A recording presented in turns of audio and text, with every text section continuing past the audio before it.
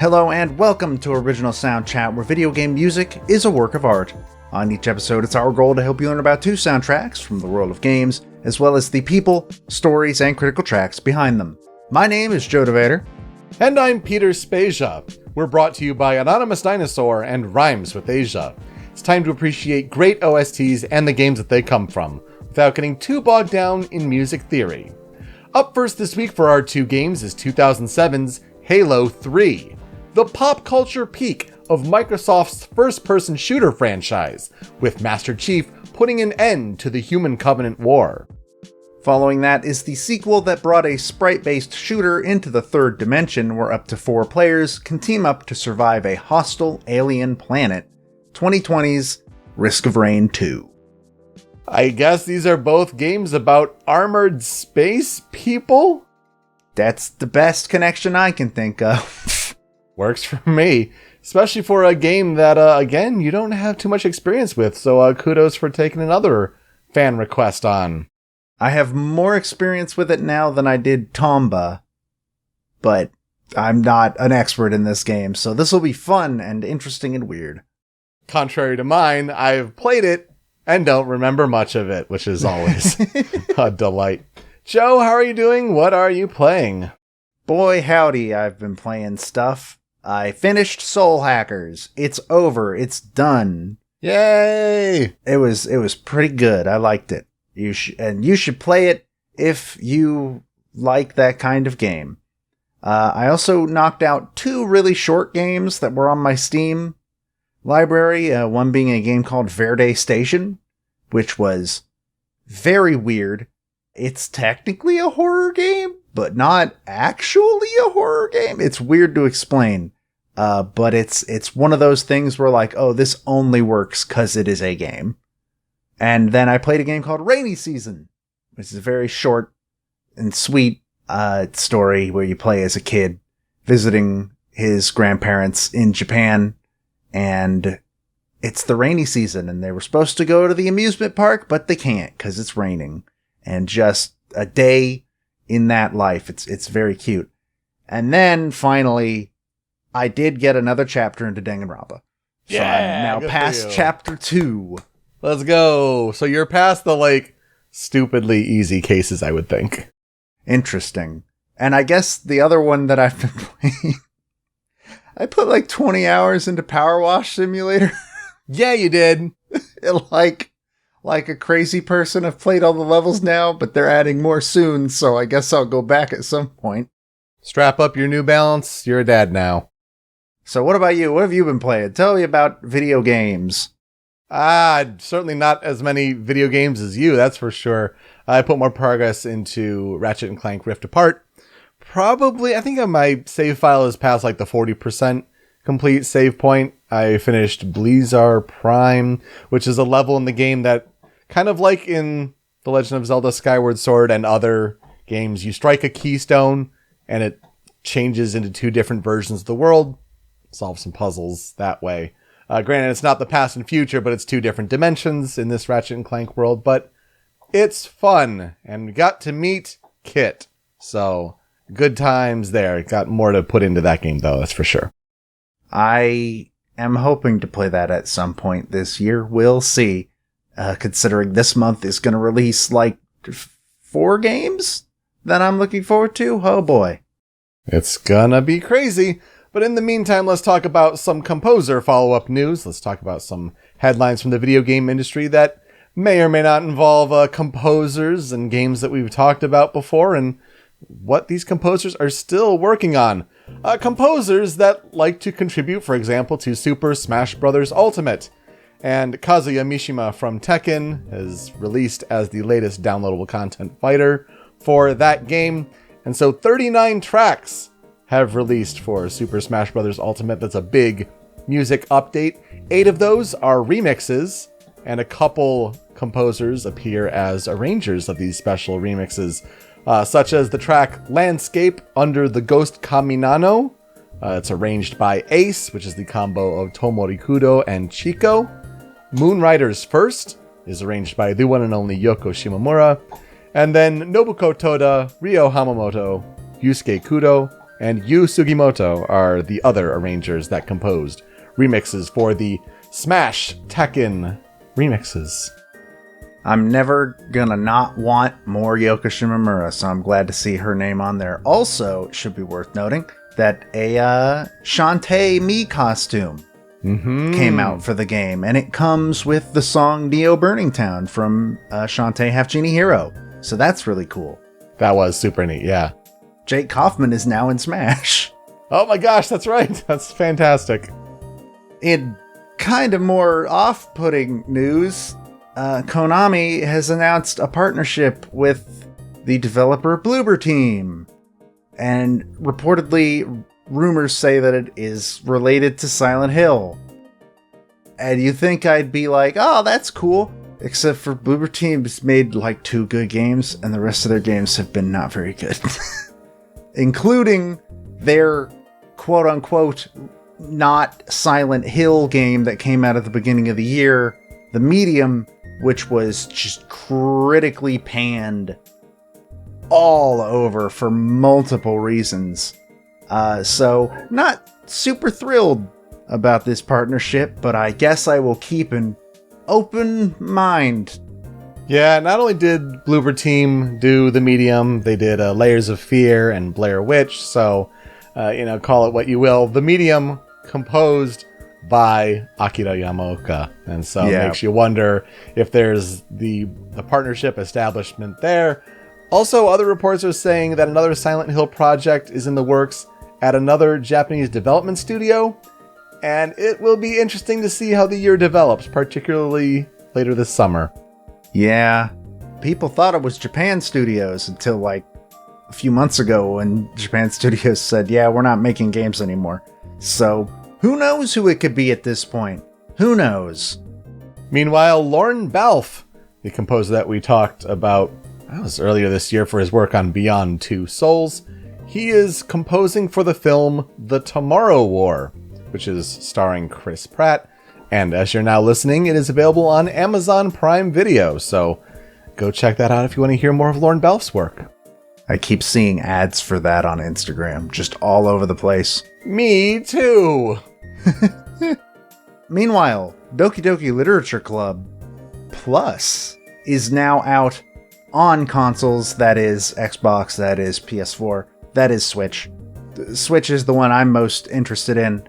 I haven't bought it because I bought the physical edition, and that doesn't come out until August 31st, so I gotta wait like over a month for my copy, but I'm not too broken up about that. It's a game I've already played, and I wanted the physical edition, so, but hey, if you've been looking for a reason to play Doki Doki Literature Club, and you also hate mouse and keyboard for some reason, there you go, get on it. Yeah, I don't know if I'm going to play it and see all the new content, like the new tracks and whatnot, especially because the last time I played it, granted to completion, made me violently ill and sent me to the hospital. So, granted, I don't know what caused it, but hey, just a word of warning there. It gets real, that game. And finally, SGDQ 2021 is now running. Boy, that kind of snuck up on us.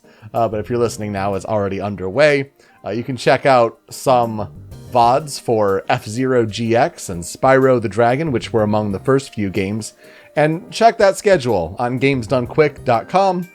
You can probably find a whole bunch of games that either you like or games that we've covered on the show, all raising money for a great cause. And notably, they're ending on your favorite game of all time. The last game currently on the schedule is Kingdom Hearts 2 Final Mix as of time of recording.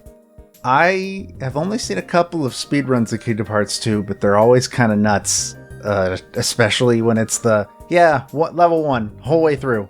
Let's do it. It is a critical mode, any percent, if you're curious. Ah, that does sound great. All right, let's get to talking about the first of our 2 games this week and conversations about games with armored spacemen.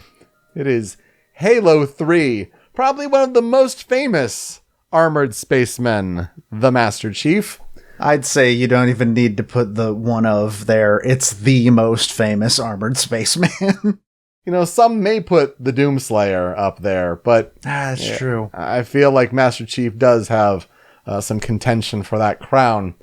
We did talk about the original Halo Combat Evolved on episode 46 of Original Soundchat, when it was paired with Final Fantasy X, if you're curious to hear some thoughts on the original Halo. But we get to Halo 3, which was released on September 25th, 2007 in North America for Xbox 360. It launched the same day in Australia, the next day in Europe, and the day after that on the 27th in Japan. Currently, Halo 3 is included in Halo the Master Chief Collection, which launched worldwide for Xbox One on November 11th, 2014. And it just grew and got more and more updates, and you can play it on basically any Xbox today. And then Halo 3 became available in the PC version of the Master Chief Collection, and that was on July 14th, 2020. So plenty of ways that you can play Halo 3. The game was developed by Bungie and published by Microsoft Game Studios. It is a first-person shooter in a 3D environment, where the player attacks aliens with a variety of weapons and explosives, all while a cinematic story is told through cutscenes and in-game events. A third-person perspective is used when the player operates vehicles, such as all-terrain vehicles or alien hovercraft. So, how to describe the story of Halo? Well, see, the thing here is we have to kind of spoil some bits about Halo and Halo 2 to kind of catch you up to speed where Halo 3 is, so apologies if that's really a big deal for you. So, basically, Halos are ring worlds that are established by an ancient race known as the Forerunners, with the intended last resort measure upon activation of these Halo rings of killing all sentient life in the galaxy in order to stop a parasitic alien threat known as the Flood. Now, in present day, which is 2552 in the universe, humanity has been at war with a group of alien races called the Covenant for more than 25 years. Now, those who lead the Covenant believe that activating a Halo ring is some part of a religious prophecy, so they are eager to make this come true, and they don't know what really happens when you unleash a Halo ring. So in Halo 3, it's 2 weeks after the events of Halo 2, where the unexpected shutdown of a Halo ring by Master Chief has triggered a failsafe protocol, priming all of the rings for firing from one location, which is referred to as the Ark. And who would have guessed the key to finding the Ark is located on Earth. So humanity's great war has finally come home. Can Master Chief stop the Covenant's leader, the High Prophet of Truth, from activating all Halo rings at the Ark, as well as deal with the impending threat of the Flood and its leader, the Gravemind? Joe, here's where I'll ask you, what are our experiences with Halo 3? So Halo 3 might have been one of my first experiences with like, oh man, this game's super hyped up. It's ready. It's coming. It's like the big thing. 'Cause I can't think of any game that would have been before that where I would have like seen a lot of ads on TV for it. Like it's the one with that really famous ad campaign, right? Oh, yeah. As we'll get to, Microsoft spent so much money on marketing for Halo 3. Like this was a game that in the time that it was coming out, just impossible not to hear about it, whether you were following Xbox stuff or not. I only ever got an Xbox for the first time last year, so I didn't really have much interest in Halo until then, and I still haven't played past Halo 1, but I think that's basically the only experience I have is just the marketing blitz. That I think that was my first experience with that. And that's understandable. It shows that it was effective. You heard of the game. I feel like at the very least, that's what Microsoft wanted. So for me, 2007, you're right. It's the big release in video games that year. I'm in college at the time, living in a dorm room.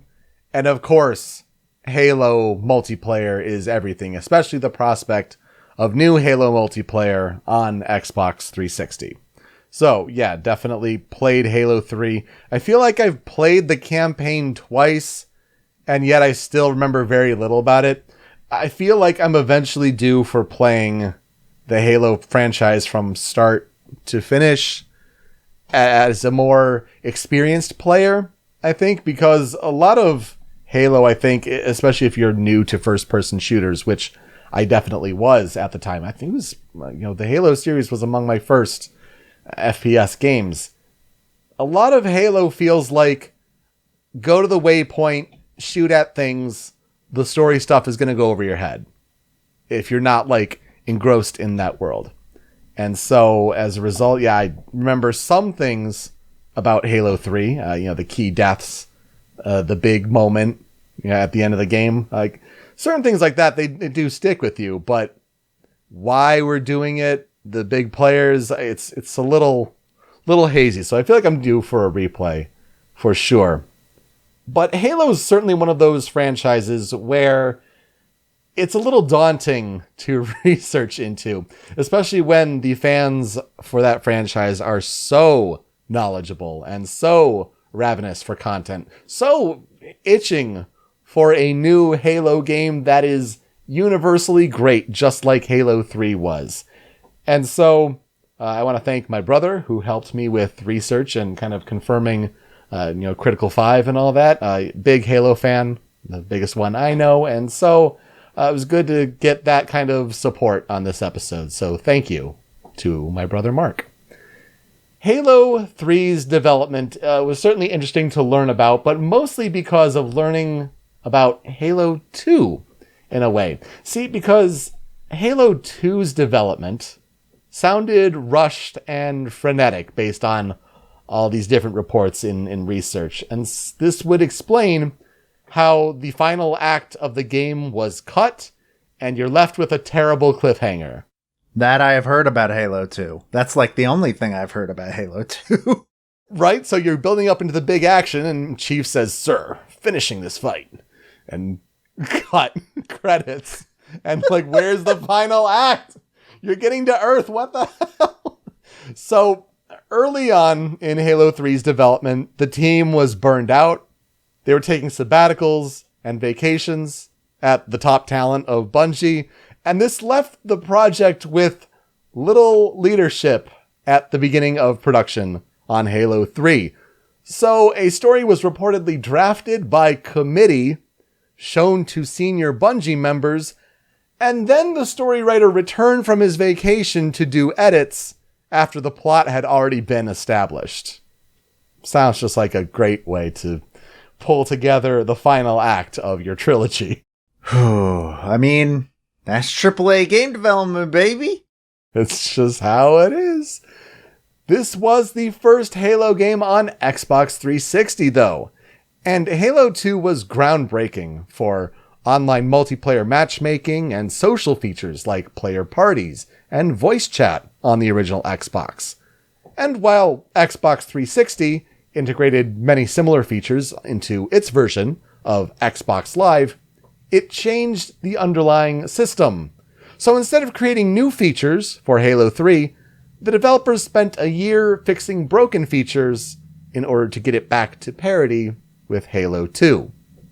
But fortunately, at least Bungie staffers overall felt that they recalled that Halo 3's development was much more smooth, with more time allowed to add features like Forge Mode, which is a map editor utility that allows the player to perform modifications to multiplayer levels, change the camera angles, set up different objects in the world, just have fun. And this was big for the machinima scene at the time. People may know of Rooster Teeth's Red vs. Blue, which was an internet show that was kind of based in the Halo universe. Oh, it's not was. It still is, I learned recently. Well, that's good for them that they're still going, but I mean, you have to know that back in its heyday in 2007 like this, I would say a much bigger deal than Red vs. Blue is today. But the members of Red vs. Blue at least at the time, they all have small cameos in Halo 3, which is pretty neat for Bungie to recognize that sort of group. Yeah, that's cool. I like that. I learned that the game natively renders at 1152 by 640 resolution instead of 720p because of all the dramatic lighting effects and things like that they tried to integrate into this game. But the image can be upscaled to 1080p by Xbox 360. Now, if you look today on Halo the Master Chief Collection, it runs in 4K 60 frames per second HDR on Xbox Series X. So amazing what technology and processing power can achieve. Especially in the span of like 12 years. Yeah, amazing. In the game, there are over 50,000 pieces of audio, with nearly 40,000 of those being NPC dialogue. This is much more than Halo 2's 15,000. A notable step up.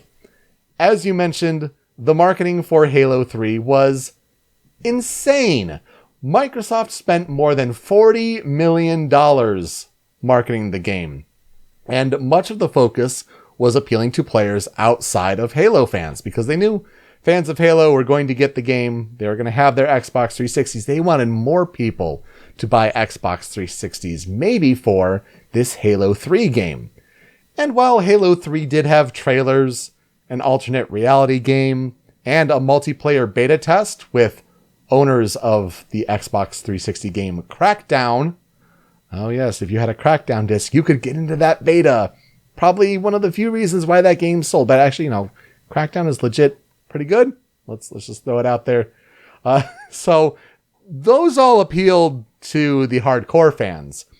But tie-ins and promotions also became a big part of selling Halo 3 to that wider audience. And probably the biggest example of this was a partnership with PepsiCo to establish the brand of Mountain Dew Game Fuel, which released its citrus cherry flavor for the first time with Master Chief and Halo 3 on the packaging in 2007.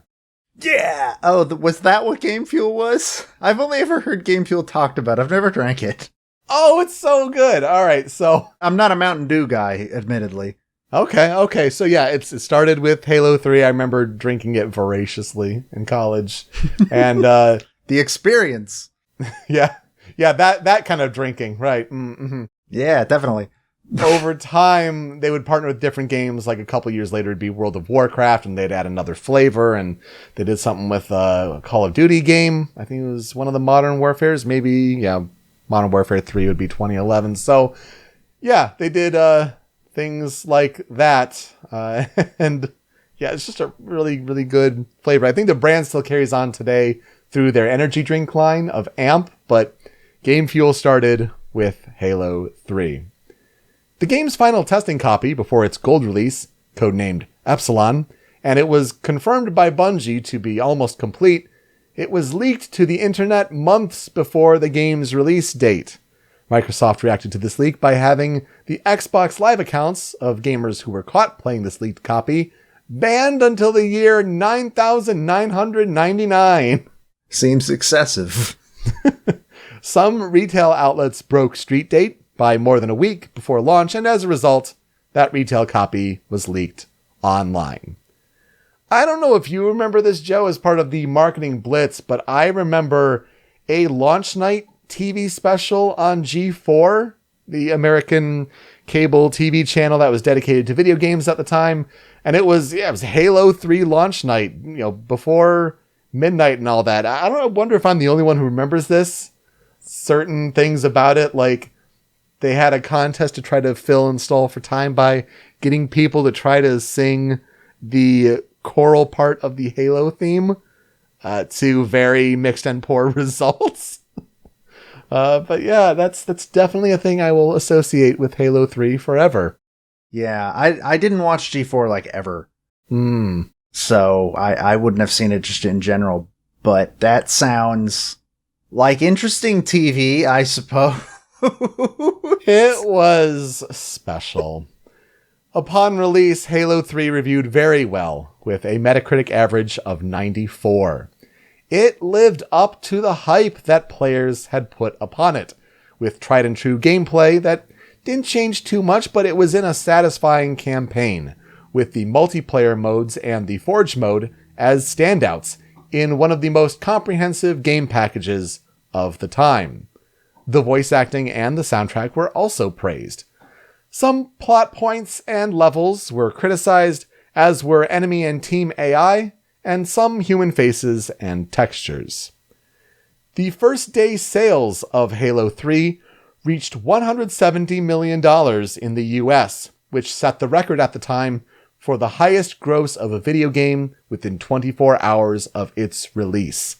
This beat Halo 2, which launched in 2004, with $125 million. So yeah, when we say that Halo 3 was the peak of the franchise, was peak video games, it really was. And granted, with things like GTA 4, Skyrim, maybe GTA 5, those would eventually come out. But for 2007, Halo 3 was it. 3.3 million copies were sold in its first 12 days, and it became the best-selling video game of 2007 at 8.1 million copies sold. Despite, shall we remind you, the game was only available on one console. And a relatively new console at that. Really impressive. As of 2012, the game had sold 14.5 million copies. Now, throw whatever you want in there if you want to include Master Chief Collection in the years since, but those are impressive sales numbers for the time. And 2007, a year when Call of Duty 4 Modern Warfare launched, and that started Call of Duty's big run. I should have known. Yeah, Call of Duty would set all those big numbers too, but that was the start of its kind of peak there. But yeah, Halo 3 was definitely it for 2007. The game was nominated for Action Game of the Year and Outstanding Achievement in Online Gameplay at the Academy of Interactive Arts and Sciences Awards. This is what we know today as the DICE Awards. And it lost both of those to Call of Duty 4 Modern Warfare. It was nominated for 7 awards from the Spike TV Awards, of which it won Best Multiplayer Game and Most Addictive Video Game Fueled by Dew. Boy, I'm glad that we've taken video game awards more seriously since then. That's the most late 2000s thing I've ever heard said by a human being. Did we also have one sponsored by Doritos? Is that it? Jeff Keighley being the host? I don't know. It won Times Game of the Year award, and IGN chose it as the best Xbox 360 online multiplayer game, as well as Innovative Design of 2007.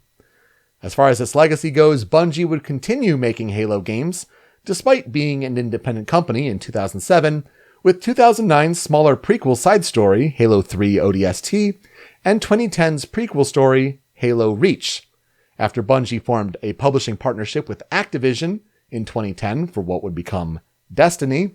The Halo franchise moved to the 2009 established Microsoft Studio 343 Industries for a Reclaimer saga for the series. This started with 2012's Halo 4 and continued in 2015's Halo 5 Guardians, to be concluded with Halo Infinite, which was supposed to be a launch title for the Xbox Series X and S in fall 2020, but it is now currently planned for a holiday 2021 launch. And who knows if it'll even hit that, because pandemic. The composer that we will highlight this week, granted we talked about Martin O'Donnell during our Halo Combat Evolved episode, and so let's talk about his composing partner, Michael Salvatori. Michael Salvatori was born in 1954. He wrote music for his own rock band while he was in college, and that's where he became friends with Martin O'Donnell. And so Marty O'Donnell eventually moved to Chicago after completing his degrees, and he was approached with a job offer to score a colleague's film.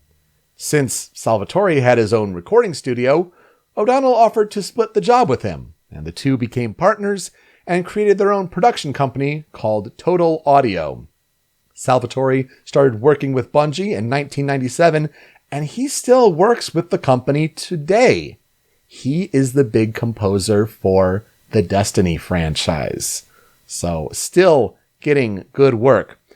Couldn't find too much of his past or his composing strategy online, though. I did find something where he mentioned how pieces, especially when they're put on a soundtrack, need to tell a story. And this will be my plug for you to go listen to Kate Remington, who is a classical music program host for NPR, and she has her own show called Music Respawn. So we mentioned her a couple months ago, and here's another plug to go listen to Kate Remington and Music Respawn. Great conversations with game composers. Michael Salvatori is married, he has 4 daughters, and lives in the Chicago area. Michael Salvatori's discography for working so much at Bungie includes Myth: The Fallen Lords, Myth 2: Soulblighter, and Oni, and that was before Halo Combat Evolved, and he worked on that game, Halo 2, Halo 3, and Halo 3 ODST. In the meantime, he also worked on Stubbs the Zombie, Hail to the Chimp, and Disney's Guilty Party, which is a name I'd forgotten about. It was a game on Wii. I don't know that at all. I only know of that because I worked at Toys R Us at the time when weird Wii games were coming out near the end of its life cycle, so that's really the only reason I know why. But yes, as I mentioned, Michael Salvatori, now like the big composer for the Destiny franchise. Granted, other composers do work with him, but he's kind of the big name there still at Bungie. So yeah, all the Destiny and Destiny 2 expansions, even until its latest one, he's still there. So for Halo 3 and its historical development research on the soundtrack, tracks were composed by Martin O'Donnell and Michael Salvatori, with additional composition by C. Paul Johnson, who is another one that's now on the Destiny team. Most of the soundtrack, to be honest, is remixes from tracks from Halo 1 and 2, because if you're rounding out the trilogy, well, let's play some of the classics. However, it should be noted that some of these pieces had not been recorded with a full orchestra before. Halo Combat Evolved had featured more strings, while the soundtrack to Halo 2 featured conventional video game music staples, such as guitars by Steve Vai.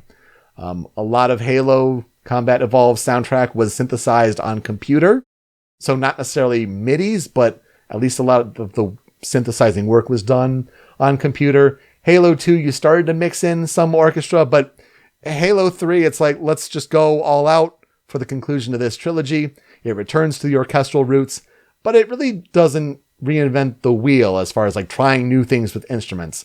Marty O'Donnell said, quote, "The Master Chief is still green, Cortana is still blue, so you're going to hear the monks and the cellos."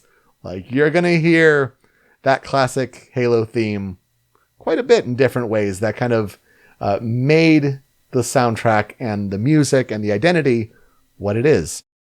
The soundtrack for Halo 3, though, was recorded using a 60-piece orchestra with a 24-voice chorus. When you've got the money, use it to record professional musicians, specifically ones in the Northwest Symphonia at Studio X in Seattle, Washington. O'Donnell's personal choice and his personal style is to add the score in at the last possible moment so that the game is as close to final as possible to make sure it's the best fit. Found the trivia factoid that he still had not added the score when Halo 3 was demoed at E3 2007, less than 3 months away from the game's debut. That is terrifying. Yeah, that's cutting it a little close there, Marty. Yeah, just a bit. When the Halo 3 official soundtrack was announced, it was followed with a call for entries to all artists or bands to submit their own original song to be included on the final CD. The submissions would be judged by O'Donnell, producer Nile Rodgers, and other artists, including that guitarist that we mentioned before, Steve Vai. Rodgers stated that more than 21,000 songs were entered, and he said at least 30% of them were amazing. But the winner was Greg Haupt and his band Princeton, whose song Love Your Friends appears as the final track on the second disc. And here's a little sample of the song that won. Bring a drink or three, prepare for war. This night could last for hours and hours. Settle up and pick your team. Obliterate your enemies.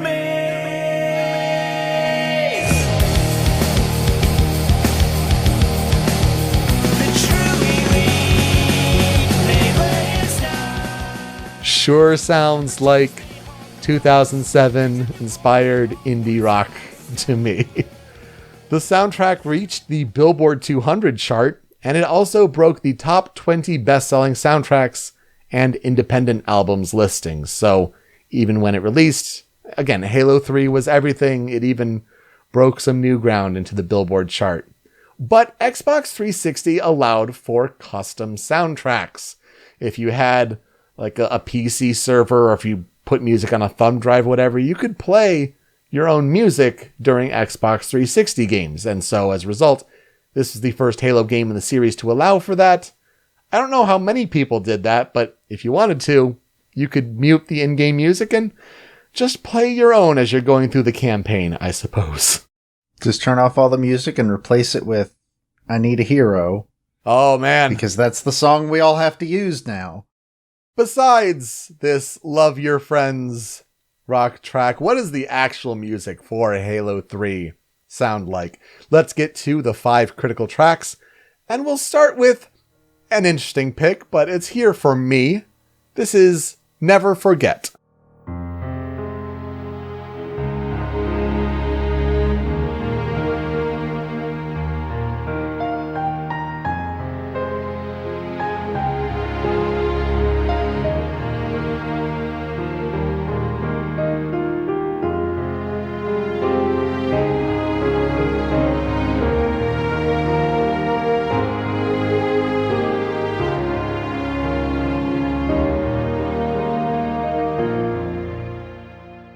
So, I was informed that Never Forget is one of these contrary to popular belief things.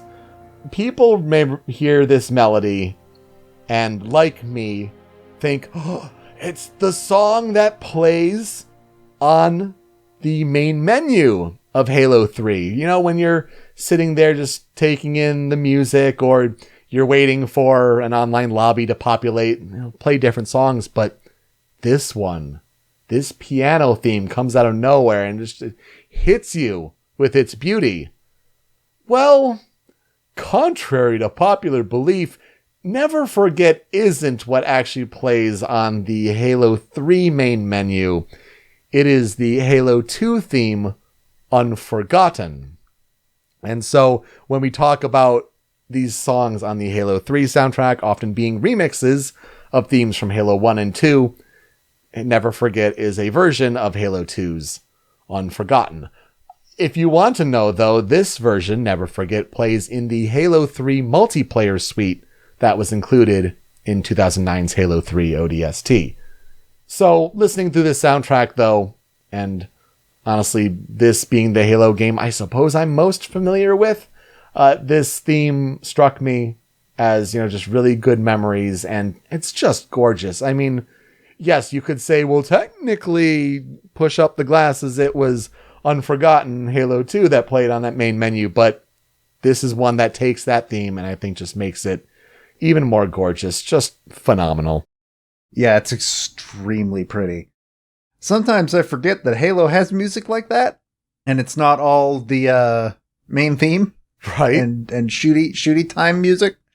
But yeah, this is a top-notch piece. It's really, really soothing, but it also, it feels like it is trying to have, this grand scale of space. Yeah. And alien stuff, and yeah, it's neat. I like this song. It's just so good, and it's, I think, my favorite on the soundtrack, to be honest. Number 2 on the Critical 5 for Halo 3. Let's actually get into the campaign, though. This is Luck.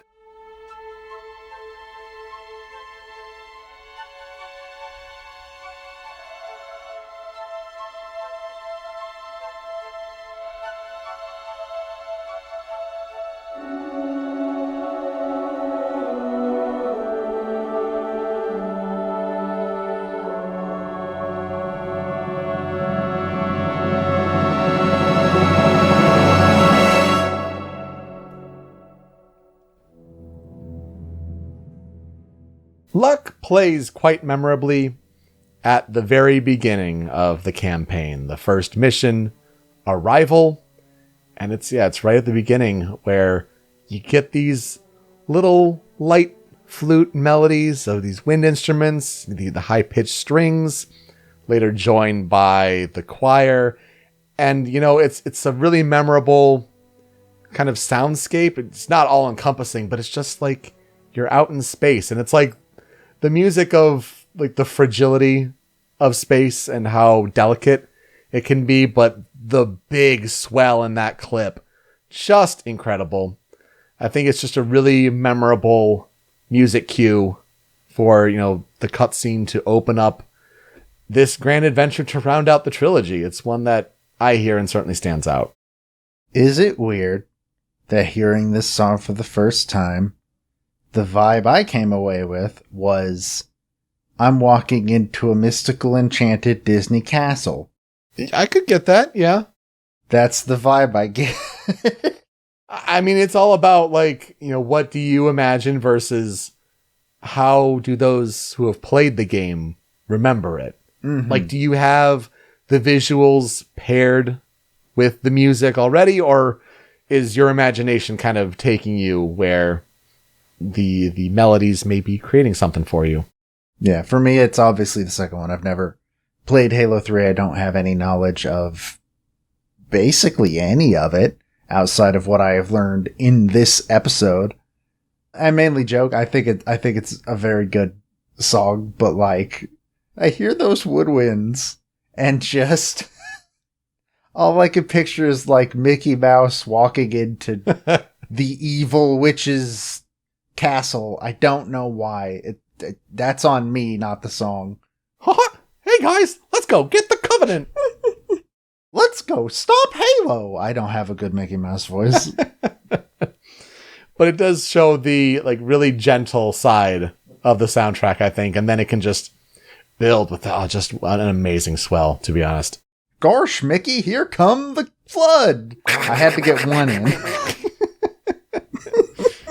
Okay, before we get too far on that, let's get into some real great use of that Halo theme, that classic melody. Number 3 on the Critical 5. This is One Final Effort.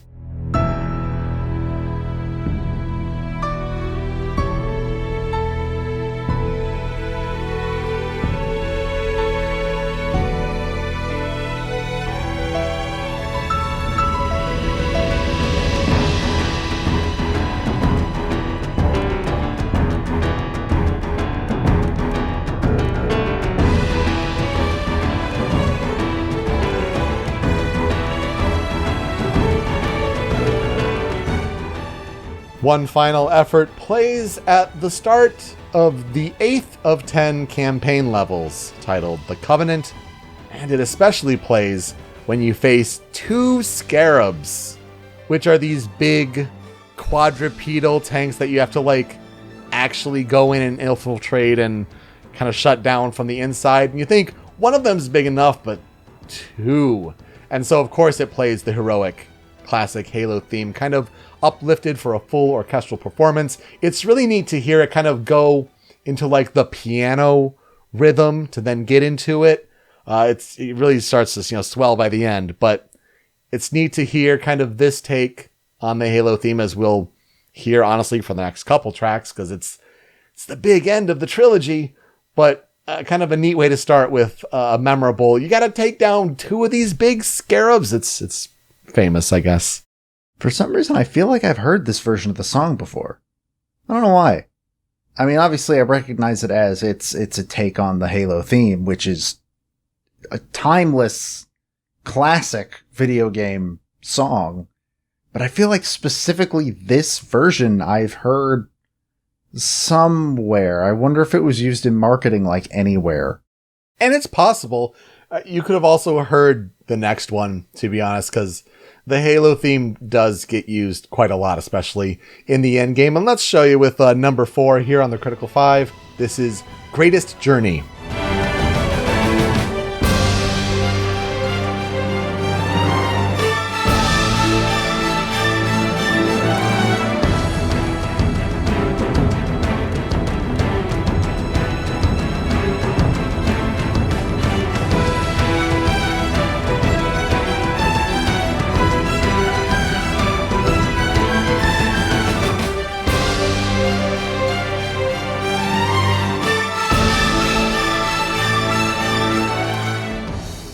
So kind of picking up the other side of that Halo theme, greatest journey plays in the final campaign level, Halo, and the piece overall starts really slowly and sadly because it's like plays during the saddest death in the game, but when we have the big bombast of the theme at the end of the piece, this is, I think, the greatest moment in the game. And we talk about, famous things. I'm sure, Joe, you've even heard of the Warthog run at the end of Halo 3. No? Okay. Well, Halo 3 has a Warthog run at the end where you're in this kind of ATV and everything is exploding around you and you have to just book it.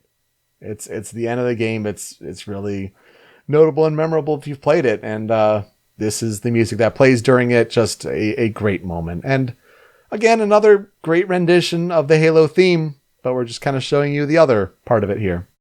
Yeah, and as usual, good God, I really, really like I believe it's the cello that does the Yeah. I can't hear that part and not even me, somebody who's played one Halo game ever, and it was Halo 1, like that instantly gets my blood pumping. I'm like, yeah! I don't know who the death is though, so. Well, we'll just keep mum on that one. Instead, we'll wrap things up on the Critical 5 with number 5 for Halo 3. This is Wake Me When You Need Me.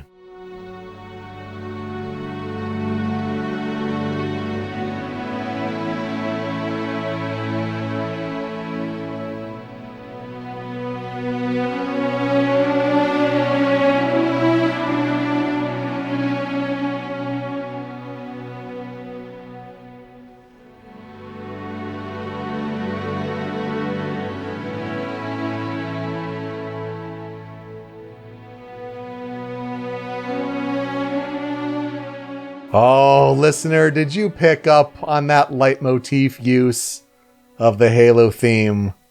I'm sure you did. Look, I mean, for that to play in that style, it just pulls at the heartstrings. And so Wake Me When You Need Me plays during the final cutscene of Halo 3. Essentially what sets up the future possibility of games, Master Chief being put into cryo. And, they're kind of drifting off into space onto what could be the next adventure.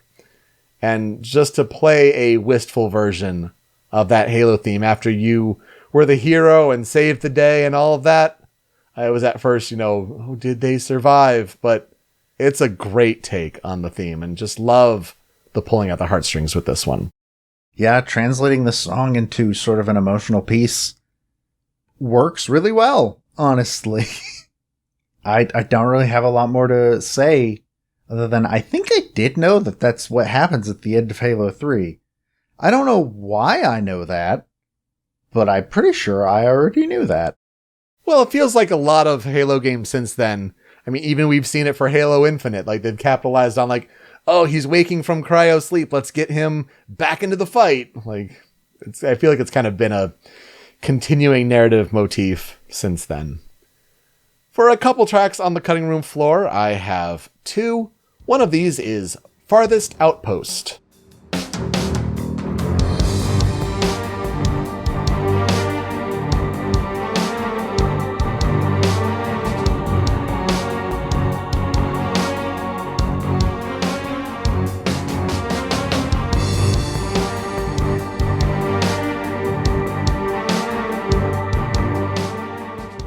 Farthest Outpost plays during the beginning of the 7th campaign level. This is the Ark, and this part shows that you have arrived at the Ark, and we gotta stop the High Prophet of Truth from triggering all of the Halo rings and just causing the wipeout of all sentient life. And so what a classic Halo beat, I think. I hear this and I think Halo immediately, but like the drums going in, the cello, again, at work, amazingly, just really sets the driving pace for like, you're here, let's do this, we're starting the big climactic endgame, if you will. When I hear this song, for some reason, what I think of is, this is probably just me having recently finished Soul Hackers talking, but like, you've walked out onto the world map of like a modern day RPG or a future sci-fi RPG or something like that. I could hear this being in something like that. Yeah, for sure. It's a determined piece for sure. And then the other one on the cutting room floor, this is Finish the Fight.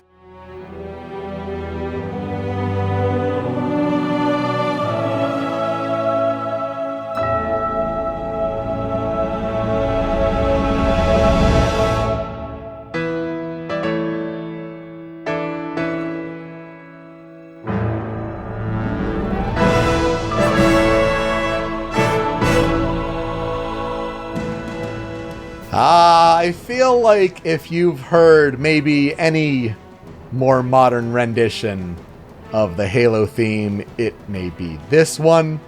But this was actually the song that played during the Halo 3 announcement trailer that played at E3 2006. But man, the bum ba-dum, bum ba with the piano and then swell to the ba ba-da. But like that gives you chills. I think it does for me, at least, and I know it does for Halo fans. But that's a big moment, and I feel like the piece as a whole really accentuates that. A lot of like the construction of the Halo theme, or like the Halo sound, is like those piano keys that are struck octaves apart. The bung, like you get the high one, you get the low one going at the same time together. I mean, it's why. When they revealed Halo Infinite, they're showing this nice landscape, and then you get bung when it kind of the rack focuses on Master Chief's helmet. Like, that's the Halo sound. And I feel like to reveal this game in this trailer in this way, it's quintessential Halo music. So what will I never forget about Halo 3? I have been waiting months, years, so long on this show to say what will I never forget about? I will never forget, never forget. Aptly named. The song Never Forget is one that sticks to me. And granted, I was surprised to learn that what I actually remembered was from Halo 2. But it's that piano melody that is just gorgeous. Do I forget parts of the campaign? Sure. I guess the Warthog run is classic and will always be remembered. But as far as like, what do I immediately identify with Halo 3? It's dun, dun, dun, dun, dun, dun, dun, just sitting on that main menu. Gorgeous.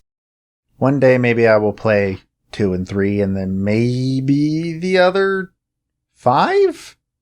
I guess when Infinite comes out, there'll be 5. I guess, you do need to play, I guess, 2 and 3.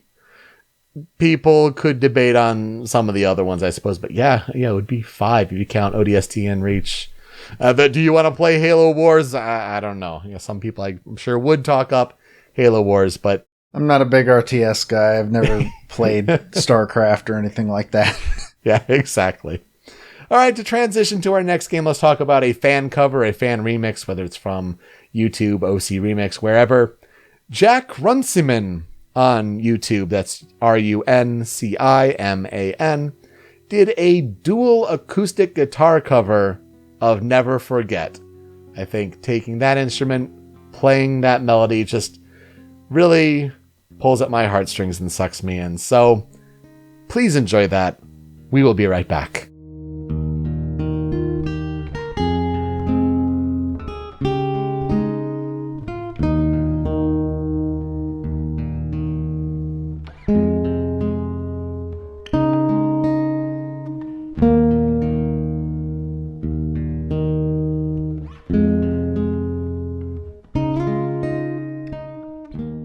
Oh man, acoustic guitar covers are so good. Just beautiful. Every time. Let's talk about our other space man armor game of space people. I don't know where I'm going with this. Let's talk about Risk of Rain 2. Well, actually, let's talk about Risk of Rain first, the original game. That original game started as a student project that was being done by developers Duncan Drummond and Paul Morse during their time at the University of Washington. It was a 2D shooter roguelike with sort of Metroidvania-style level design. I don't know a whole bunch about it, but it's very important that you know that this was a 2D side-scroller game. The name Risk of Rain was apparently chosen to make it easily searchable while being on the internet, because I assume Risk of Rain, not many things that's going to bring up in terms of search queries. Good job, SEO. Thank you so much. I'm saying this as the person that has covered the hardest games to find because they just are words. Yeah. But they also wanted this name to sort of invoke a fear of risking failure, or like a fear of doing something that could potentially result in negative consequences for yourself. So this game eventually would end up on Kickstarter. It raised over $30,000, with its initial goal having been $7,000, so they absolutely annihilated that, and it would lead them to striking a publishing deal with Chucklefish. Risk of Rain was released for PC on November 8th, 2013, and it would go on to be ported to PS4, Vita, Switch, and Xbox One. Risk of Rain 2 was originally released on August 11th, 2020 for PC, PS4, Switch, and Xbox One, but it should be noted that it was in early access for about a year before that, so technically came out in 2019, but came out in 2020. It also, in case you're wondering, did come to Google Stadia on September 29th, 2020. Yes, the favorite platform of everybody. The platform that is definitely not in its death knells. It was developed by Hopu Games and published by Gearbox Publishing, and you might expect it to, once again, be a 2D shooter, but no, you'd be wrong. Risk of Rain 2 casts away its 2D sprite heritage, throws it to the ground, and embraces a new world, a 3D world, because Risk of Rain 2 is a fully 3D third-person shooter. It otherwise keeps most of the world elements from the first game, basically being a lot of the playable characters are the same between the two games, as well as a lot of the monsters that you will encounter, of course, now being in full 3D. In Risk of Rain, you play as a team of 1 to 4 travelers who are stranded on an alien planet. Each run contains a trip through 5 levels before facing the final boss, and in each level the players are faced with endlessly spawning enemies. Killing these enemies rewards the player with money and experience, and the money can be used to open chests to find items or purchase items from small automated shops. These items are your usual fare for games like this. There's not really a lot that they do super special. Some are passive effects, some of them are like equipment that you can manually activate and use at certain points. And some items are commonly found in chests or at shrines, but there are some items that can also only be obtained through things like defeating bosses or buying them with the game's permanent currency, being lunar coins. Basically, if you've played Hades, money is obols. Lunar coins are Nyx droplets. The goal of each level is to locate a teleporter which, when activated, will begin slowly charging up while also summoning a boss that must be defeated. The players have to survive this countdown in regular and easy difficulties. It's 90 seconds. On the hardest monsoon difficulty, it's 120 seconds, after which they can use the teleporter to go to the next area.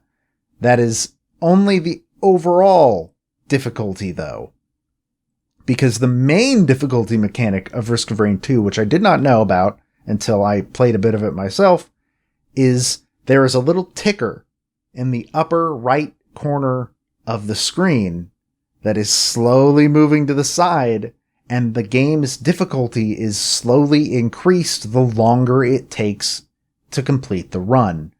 So basically, it makes this really kind of cool balance between like, yeah, I could stick around here and just clean out every chest that there is. I can get all the items. But also, if I take too long, by the time I get to the final boss, he's going to be absurdly strong. So there are 12 playable characters, each with their own gameplay styles and abilities, and I gotta hand it to Matt, our friend, and my co-host on Smasherfaces, who was one of my 2 tour guides, to give a shout out to him, and also our friend Soul, acted as a pretty good tour guide for me at one point. But I asked Matt who the playable characters were, and he gave me these descriptions. Commando, quote, Rudy Tooty point and shooty, a standard character who relies on dual machine guns to take down enemies. He's able to slide out of danger and use special abilities to stun monsters. Huntress, quote, takes advantage of high mobility to take out large groups of opponents, the only character that can attack while sprinting, and has a wealth of AoE attacks. Bandit, quote, similar to the Commando with a heavy emphasis on gunplay, but where the Commando is best at handling groups, the Bandit focuses on single target skills. His signature skill, Lights Out, reduces all of his cooldowns to 0 if he lands the last hit on an enemy. Engineer, quote, a technological master who is best placed in a support role. His 2 special turrets are unique in that they share all of his items, and his shield generator protects him and his allies from danger for a short time. Mercenary, quote, a sword user with incredible speed. The mercenary is capable of using his special abilities to chain skills together and deal damage while maintaining invulnerability. As a trade-off, he has no ranged attacks whatsoever, but a skilled mercenary will never need them. Loader, quote, the loader moves quick and hits hard. Her grappling hook ability makes you feel like Spider-Man. Which was my favorite part of this whole thing. You need like a trademark right there. And all of her attacks contribute to her overshield barrier that lets her soak a lot of extra hits. As long as she keeps hitting, she'll rarely be in danger. Acrid, quote, a monstrous test subject that was being contained with the cargo of the contact light. Acrid is able to inflict poison on large groups of enemies, dealing a massive amount of damage over time. Though this poison cannot deal the last hits on opponents, it is undoubtedly the best multi-target attack in the game. Multi, M-U-L-T, what a good name for a robot. A construction robot, Multi enters battle with 2 separate movesets and is able to swap between on the fly. Depending on your chosen build, Multi can fill any role on a team of survivors.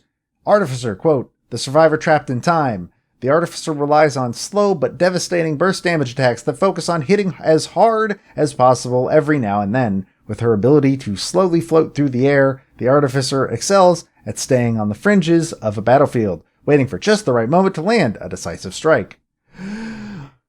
Rex, a hydroponics robot that went rogue from its programming. Rex is a complex character who carefully balances health in battle. Rex's powerful burst strikes cost his own HP to fire, but in exchange he has a wealth of options to restore his health quickly. A good Rex is always at low HP and never worried about it. Captain, quote, the captain of the UES Safe Travels, capable of commanding his ship's weaponry to land orbital strikes in battle. His unique starting item that blocks projectiles is shared with any drones or turrets he purchases, making him nigh untouchable by projectiles when commanding a mechanical army. He can also call down 2 supply beacons that can either heal his allies, stun his enemies, or open chests for free. And Heretic. Among the game's many lunar items, 4 in particular are marked as the items of heresy that replace your character's abilities. When all 4 items of heresy are collected, the player transforms into the Heretic, a native of the game's planet Petrichor 5, that received a ritual execution at the hands of Providence, a character from the first game, I'm told. The final boss of Risk of Rain 1. That was already in the description, I didn't realize. She will rarely appear in-game, but her exceptional power could be worth the price paid to revive her. That's a lot of that. I want to feel like Spider-Man trademark, so maybe Loader appeals to me. What do you play as normally? So I have played as Commando, Huntress, and Loader. I haven't really played all that much of this game. Loader, I think, is the one I had the most fun with. because there was this big fire snake boss that I grappled to, and then just it pulls you around and swings you around, and you don't let go, and you just punch wildly into the air, and eventually you'll hit it, and it's the stupidest thing in the world. But yeah, it's just Spider-Man. It's a grappling hook that can be used to swing if you want, if you're not terrible at it like me. So I think with the little experience I have, Loader, probably. Okay, good to know. Thanks for the descriptions, Matt. Yes, thank you for the descriptions. I only asked him for a short summary of each character, and he gave me those, and I figured he put work into that. I had to read them all out. What I didn't put a lot of work into, because the Wikipedia article for this game doesn't mention the plot at all, so we had to go to TV tropes, of all places, which I think might be a first for this show. Quote, after receiving a foreboding distress call from the UES Contact Light, the ship from the first game, the Safe Travels is dispatched to go on a rescue mission. However, as the aforementioned distress call mentioned monsters, fighting, and the Contact Light being shot down, and its cargo crashing down upon the uncharted planet closest to it, it's obvious that despite being called a rescue, the true task of the mission is simple. Go down to the planet, retrieve as much reclaimable cargo as possible, and if possible, find out what the hell happened. And, naturally, kill every last thing that tries to get in your way. So, the questions become, can you make it to the end of the game, defeat the final boss, and then escape from this hostile alien planet that you currently find yourself stranded on? And Peter, this is where I will ask the question I already know the answer to. What are our experiences with Risk of Rain 2? In fairness, I have heard a lot of good things about Risk of Rain 2, and I feel like a co-op third-person shooter game with roguelike elements does sound like a lot of fun and something I'd probably enjoy, but I do not own Risk of Rain 2. I have not played Risk of Rain 2. Looks neat, though.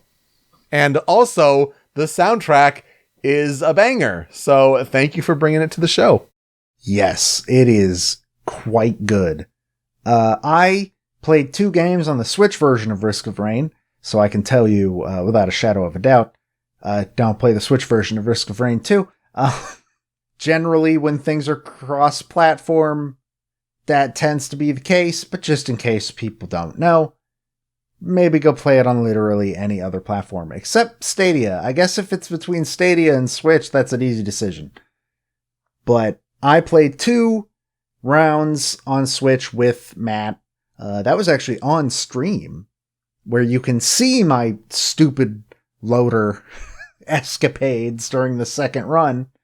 And then I played 1 round on PC with Soul, who also showed me some things that I hadn't seen. Game's pretty fun. I like it. When it comes to multiplayer games, I think I prefer the PvE thing that this game is going for. Cause like when it's PvP, I can see the skill wall and know that I'm not crossing it. So when it's PvE like this and I can get carried by all my friends, then I'm perfectly fine with that. But yeah, I am probably going to play at least a little bit more at some point, especially once Matt told me that you can mod the PC version and somebody's made Goku a unique playable character. So that's installed already, and I'm going to play that at some point. And apparently he plays like Goku, straight up. So we'll see how that goes. So there's honestly not a huge amount of information on the development of Risk of Rain, which that's kind of why I decided it was fine to get into the long-winded character descriptions. And also, that was the only way I was going to be able to make the Spider-Man joke that I didn't make, Matt did, but I'm going to take credit for it. So, the original Risk of Rain was actually received rather well, but one of the things that the dev team really, really liked that came out of the community was fan art of the playable characters actually wearing the items that they were getting throughout runs. And they kind of wanted that to happen in game, but then realized that the sprites did not really provide enough visual real estate to make that work. Because if you go look at gameplay of the original Risk of Rain, the sprites are tiny. It's real small. So they decided to try a 2.5D approach, with it still being a side-scroller, but now everything was rendered in 3D graphics. And then this didn't really translate as well as they'd hoped, and so they kind of dropped that. I can imagine that in my head right now, and it doesn't look great. So I think that was probably the smart thing. And then they transitioned into just being a full 3D game, which they also felt like this allowed them to have a lot more variety in terms of possible mechanics as well as just level design and stuff like that. And it's really funny to me. This was the first thing that I was ever taught about this game, even outside of research. It's really, really interesting that the entire reason this game changed its whole makeup, basically, was because they wanted to make sure when you picked up Paul's goat hoof, then your character was then actually wearing Paul's goat hoof. That's a real item. It goes on your foot and you walk faster. It is a goat leg that just gets attached to your body. So this allowed them to do that. They actually went through with that. By the end of a run, you kind of just look like a crazy person who picked up everything they found on the floor and put it on as an outfit. It's rather neat, honestly. But this also required them, it's obviously, to start having to rework certain things from the original game, because some of them didn't really translate super well from 2D to 3D. Certain monsters' attacks had to be changed, as well as the effects and appearance of certain items. And then after 6 months of the game being in development, it was officially announced in May of 2017, and then the game released in early access for PC on March 27th, 2019. Soon after, they announced that they had struck a deal with Gearbox, and that the early access version of the game would land on consoles on August 30th, 2019, with a full release followed a year later in August of 2020. So this game was technically in early access on the Switch. You can go read Matt's review of Risk of Rain 2 on Switch, where he did not score it because the game wasn't done. It was in early access. I can't think of another game before this point that would have been early access on consoles. I know PS5's doing it sort of with Temtem? It depends on if you look on the Xbox side of things, because they've got like the ID at Xbox and they do some early access stuff there, but for PlayStation and Switch, yeah, not so much. It left early access, but during that early access period, they actually apparently offered a buy one, get one free promotion where you would receive a second copy of the game to give to a friend so they can play with you. Well, that's neat.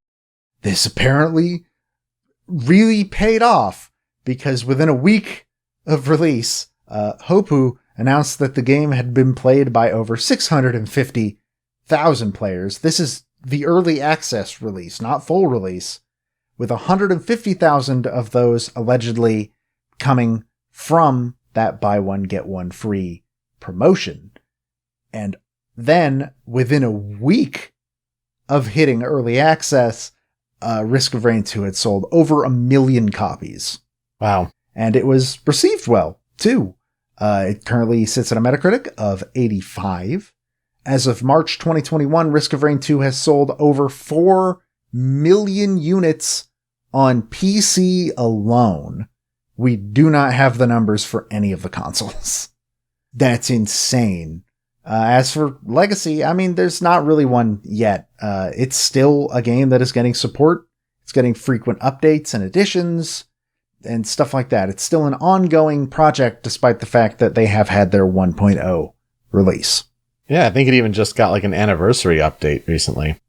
Yeah, they changed how the last level works, I think. I haven't seen the new one. We didn't end up doing that on PC, and Switch is a patch behind, I think Matt told me. But I've heard that at least our friend group that plays this game near religiously somehow, they aren't huge fans of the new one, but I don't really know the details past that. So, the composer behind Risk of Rain 2 is Chris Christodoulou. That is apparently how it's pronounced. That's what Google told me. We're going to stick with that. He was born in Sparta, Greece, which... Oh, that's cool. Look, I didn't know there was still a city in Greece called Sparta.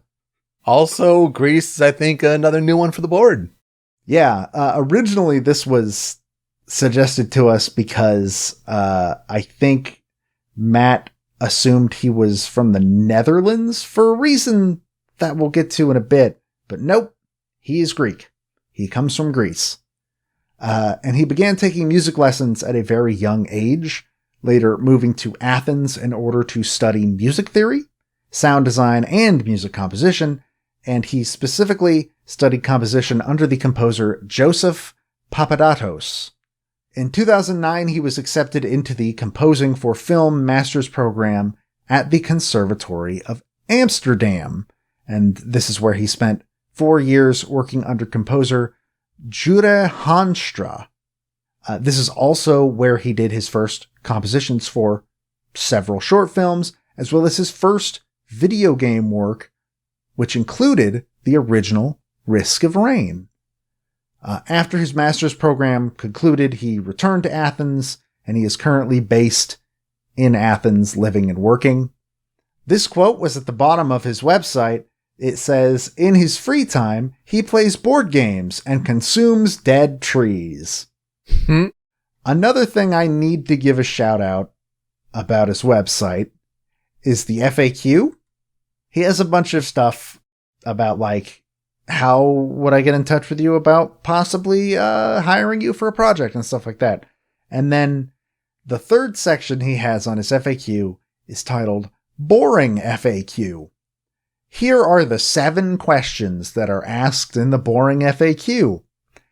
How do you pronounce your last name? Christodoulou, how do you pronounce it? Not like a pronunciation guide, just he wrote his name again and then said, how do you pronounce it? I want to be a game composer too. Any suggestions?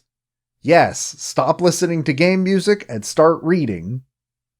What kind of tools do you use to compose? I'm using a thing called Mind, running on a thing called Brain. That's cute. I meant what kind of software do you use? Windows 10. Right. What software do you use to write music? There is no software that writes music. Okay, smartass, you know what I mean. Are you going to answer me or not? I already did.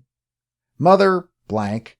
Okay, I'm going to ask one last time. Which DAW and plugins are you using to produce mother blanking music? Look, if you're going to be rude about it, I don't think I want to continue this conversation. Good day. So that's certainly a thing. You could actually follow him on Twitter at AstronautDown. He is on Bandcamp as well. You can search his name. It's Chris Christodoulou on Bandcamp. And how would we spell that? That would be Christodoulou. It probably a little bit easier to just search Risk of Rain 2 Bandcamp, and you'll probably find it pretty quickly.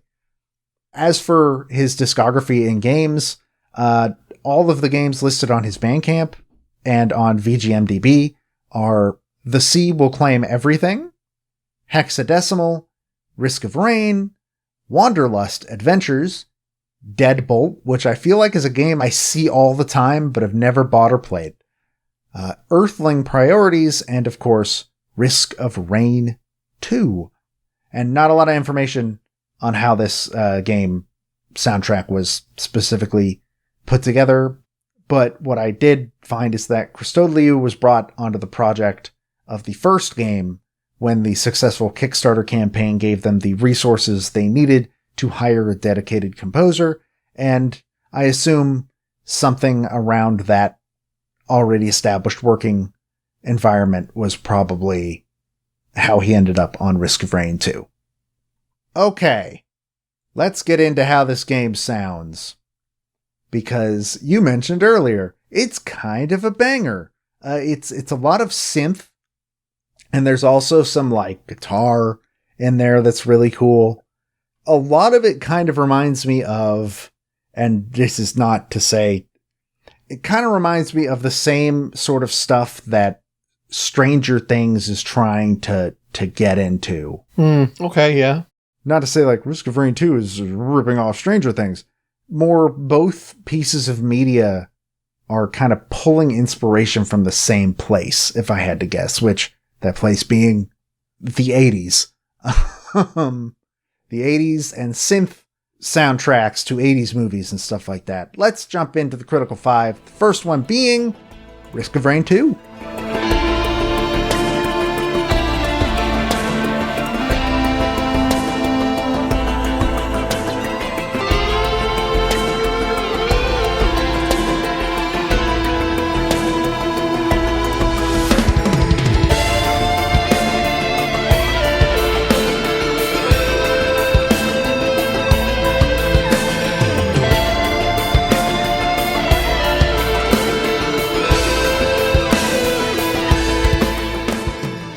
This is the song that plays on the title screen as well as the main menu of Risk of Rain 2. Obviously, it's basically the main theme of the game, and it's just this really, really neat piece that you actually hear that sort of, the leitmotif in the clip specifically, you actually hear that in a couple more places on the soundtrack, which makes it a kind of cool payoff when you get to that part in the game.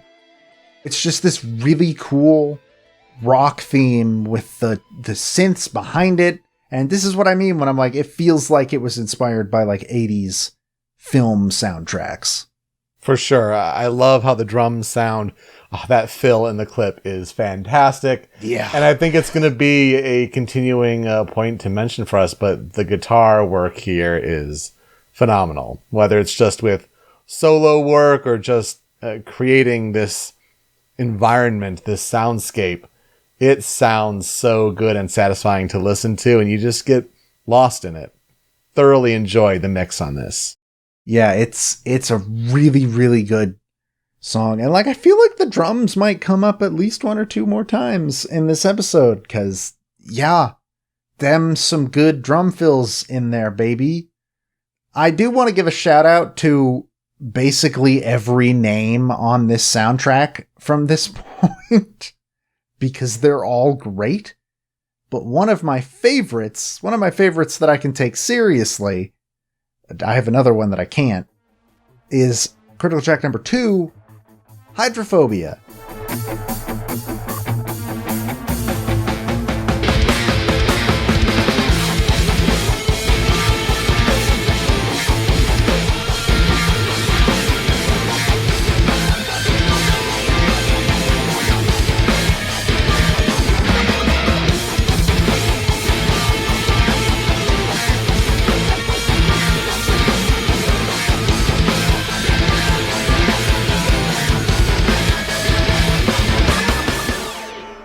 Of course, if you don't know what hydrophobia is, it's the fear of water. Pretty much just that. Rabies gives it to you, I think. But yeah, this is another one of those like, oh man, you can hear it in the clip. It doesn't start this way. Most of them sort of start a little more low key and then build up to this big moment, which I think kind of reflects the way that difficulty is constantly scaling up throughout your play session. I think that's a really good way of sort of illustrating that through the music. But the part in the clip is when it really just all comes together, and it's so good. And I don't know where this song plays, because when I asked Matt where this song plays, his response was, I don't remember, but I know it's a bop. And he's correct. It is. And you know, it actually reminds me of Hades. Kind of like this like kind of that vibe to it. I could totally hear this working in Hades as well.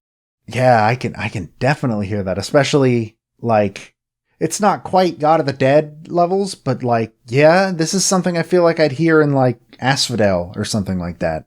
Yeah, for sure. Very, very good. Critical track number 3 seems to be like a crowd favorite, which makes it a little weirder that I was not told where it plays, but apparently they really like it, and that is The Rain, formerly known as Purple.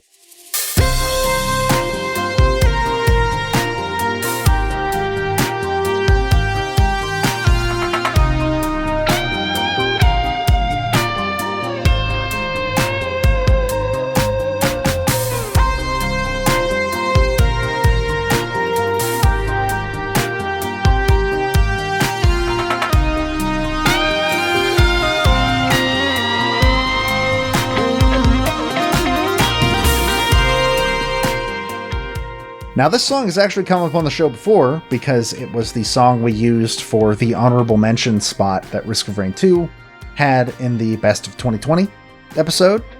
Like I said, I was told by multiple people, like, this is one of the fan favorite songs, which fits considering it was like the one song that we had help picking to represent the game in a single song environment.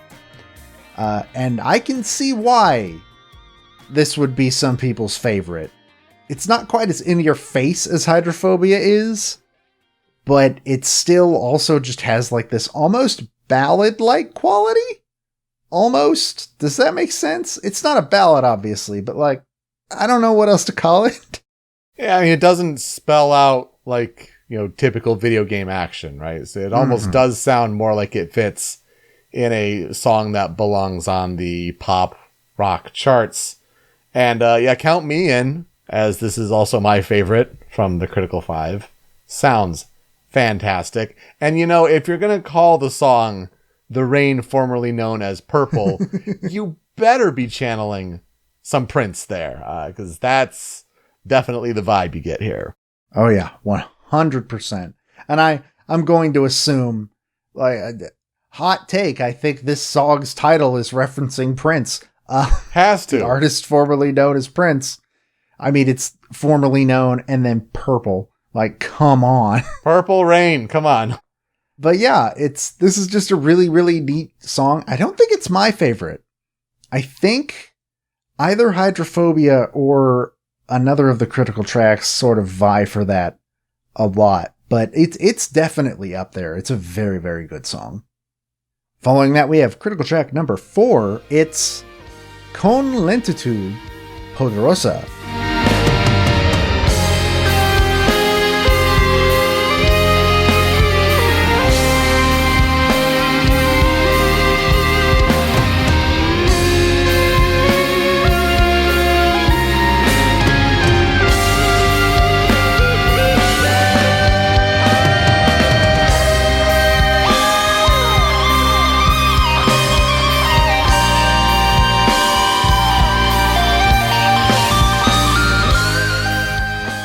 Is that how that is pronounced? I don't know. There's also an ellipsis at the beginning, which I tried to illustrate with a pause, but that actually doesn't work in an audio format. But that's fine. This song plays during the trek up to the final boss, which is referred to as Commencement, which in the versions that I played was literally just a path full of enemies that you have to get through to get to the final boss and fight him. It's apparently different now in most other versions of the game, but that's the version that I got. It starts out a lot more subdued than you hear in the clip. Like it's a piano piece at the start for the most part, because Commencement is just kind of this, it's empty and there's this sort of dilapidated civilization feeling to it, kind of. And it just sort of feels a little bit of like remorseful, I want to say. And then as you continue and get closer to the final boss, the song obviously starts to really, really pick up. And again, I think that's just a really interesting way of musically illustrating the rising difficulty. Yeah, please wrap me up in this soundscape forever. Thank you. This sounds so good. I think it was this one where it's like, oh, no, yeah, this soundtrack is really legit. Mm-hmm. That was kind of how it was for me. When I asked our 3 friends who are really into Risk of Rain 2, we have more than that, but the 3 that I had planned to reach out to, all 3 of them said this song first. This song was the first one that came up from all 3. So if that doesn't say how highly regarded this song is, I don't know what does. The final critical track is critical track number 5. You're gonna need a bigger ukulele.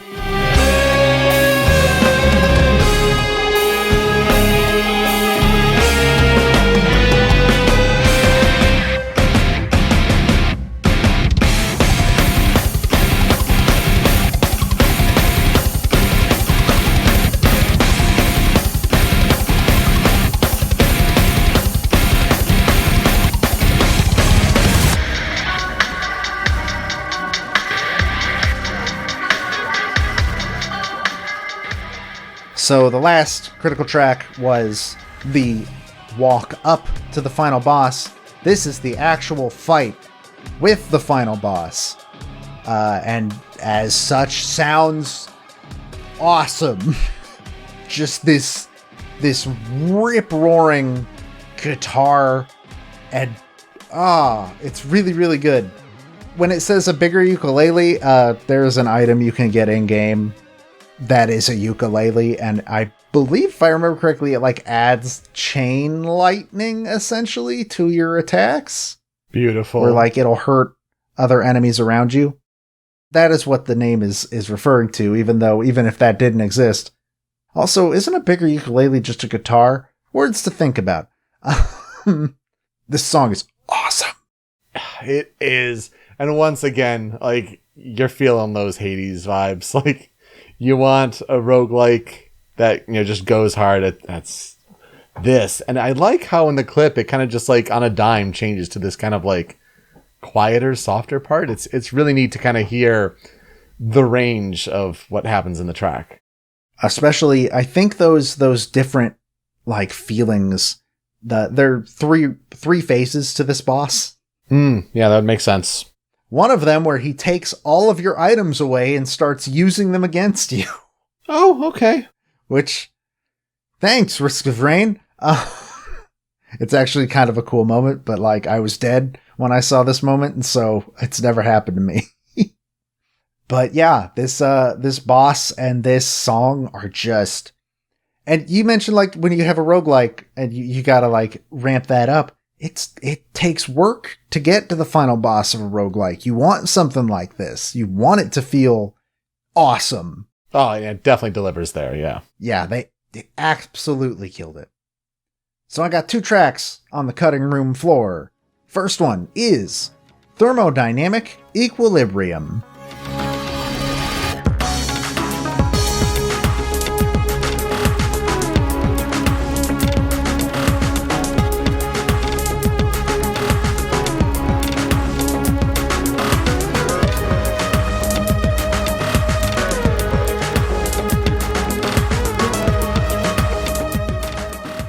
Matt's best guess for where this song played was when fighting the boss in stage 1. I think that's correct. If I remember the song that played, the 3 bosses I fought in stage 1. And I don't know, I just kind of like this song, especially with like the more electronic drums that you sort of hear throughout it. And it's more synth than guitar for the most part. Brings in some like sitar vibes too, and yeah, it's neat to get that different flavor in there. Yeah. And the last one, which might be the best name we've mentioned on the show ever. I think it even like goes up against that kid in 5th grade that was really into the Denver Broncos. Oh, yeah. It is A Glacier Eventually Farts, and Don't You Listen to the Song of Life.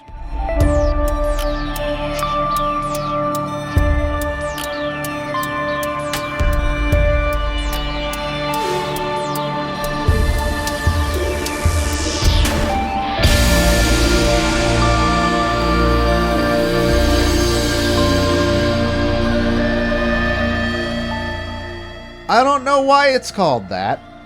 I just know that it is. This plays actually in a location known as the Void Fields, which is an area that you can get to that's kind of an extra bonus area where everything is dying the entire time. If you step outside of these shields on these generators, you will start losing health quickly just from the environment. And time is sort of frozen, so the difficulty doesn't go up. And it's basically a way to risk a little bit more trouble to get free items, essentially. The thing that drew me to this song specifically was on the soundtrack version. It's not in the game, but in the soundtrack version, there's actually a voiceover sample that plays near the end of the song. At least that's what happens on Spotify, where I was listening to it.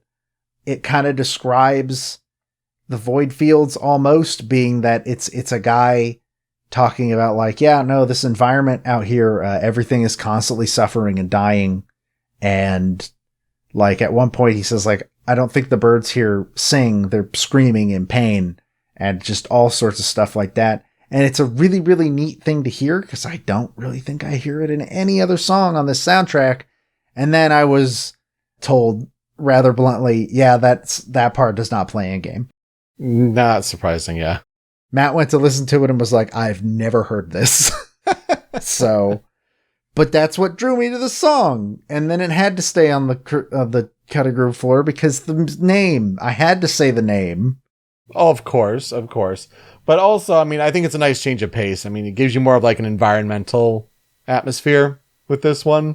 Mm-hmm. And then even still in the clip, it builds that nice electric guitar hit. And it's a little crunchy and meaty and sounds good. You do get I think the sense of a colder, well, when you're talking about a glacier, I kind of picture, this is almost like my Halo 3 comparison. When you were listening with Luck, I kind of picture it as a colder environment when you hear kind of the instruments that are at play here.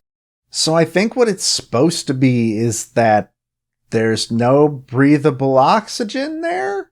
Mm-hmm. And so the shields have the oxygen in them or something. I don't know. It's a very dark and seemingly very cold place, so you're not too far off, honestly. So what will I never forget about Risk of Rain 2? I've only played it 3 times. I've put maybe 4 hours into it total ever. It is a game I'd like to try a bit more. I want to play some of the characters that I haven't played. And it was very fun catching up with friends while playing them. I don't get a lot of games that I'm really, really super excited to play with friends very often. So it's going to be nice to sort of have that feel the thing. And I hope I at least did it some justice as a poor peasant with no information in my brain. And it's nice to have games like that for sure. It sounds like one I'd probably enjoy. I don't know why, but I always make the comparisons now, with Returnal coming out this year, and that being the big third-person shooter roguelike. It doesn't have, the co-op and all of that with the multiplayer, but makes me think of that a little bit. Returnal's kind of been referred to as the first AAA roguelike, which I think is correct, because that's a genre that's basically lived in indie forever. It should be interesting to see where that all shakes out at the end of the year for sure. But talking about these soundtracks with these armored space people, it's a good one this week. I'm really happy with how this one turned out. Just great music all around, and it's always a delight to focus on that. So that will do it for us this week on Original Soundchat. You can find me on Twitter at PeteSpeakeasy. Joe is over at StringPixel. It's a newer account for him, so you should go follow him on Twitter. The video version of the show is on the Rhymes with Asia YouTube channel, but it's that MP3 podcast version that you want, hosted by Anonymous Dinosaur at anondino.squarespace.com. That's where Joe's other podcast, Smasherpieces, is hosted. And you can find Smasherpieces and Original Soundchat wherever you get your podcasts all around the world. Apple Podcasts, Google Podcasts, and even on Spotify. We have the podcast feed with episodes and bonus tracks there, but it's that Spotify playlist that you really want to find on that platform, where if we cover a video game music track on this show and it's on Spotify, it's getting added to that monster playlist. Joe, what's being added this week? Both of these games are on Spotify, which I guess is our payment for neither of them being on last week. So, hey. Always great when that happens. More tracks to be added there for sure. Beyond just the one that was added for Best of 2020 from Risk of Rain 2.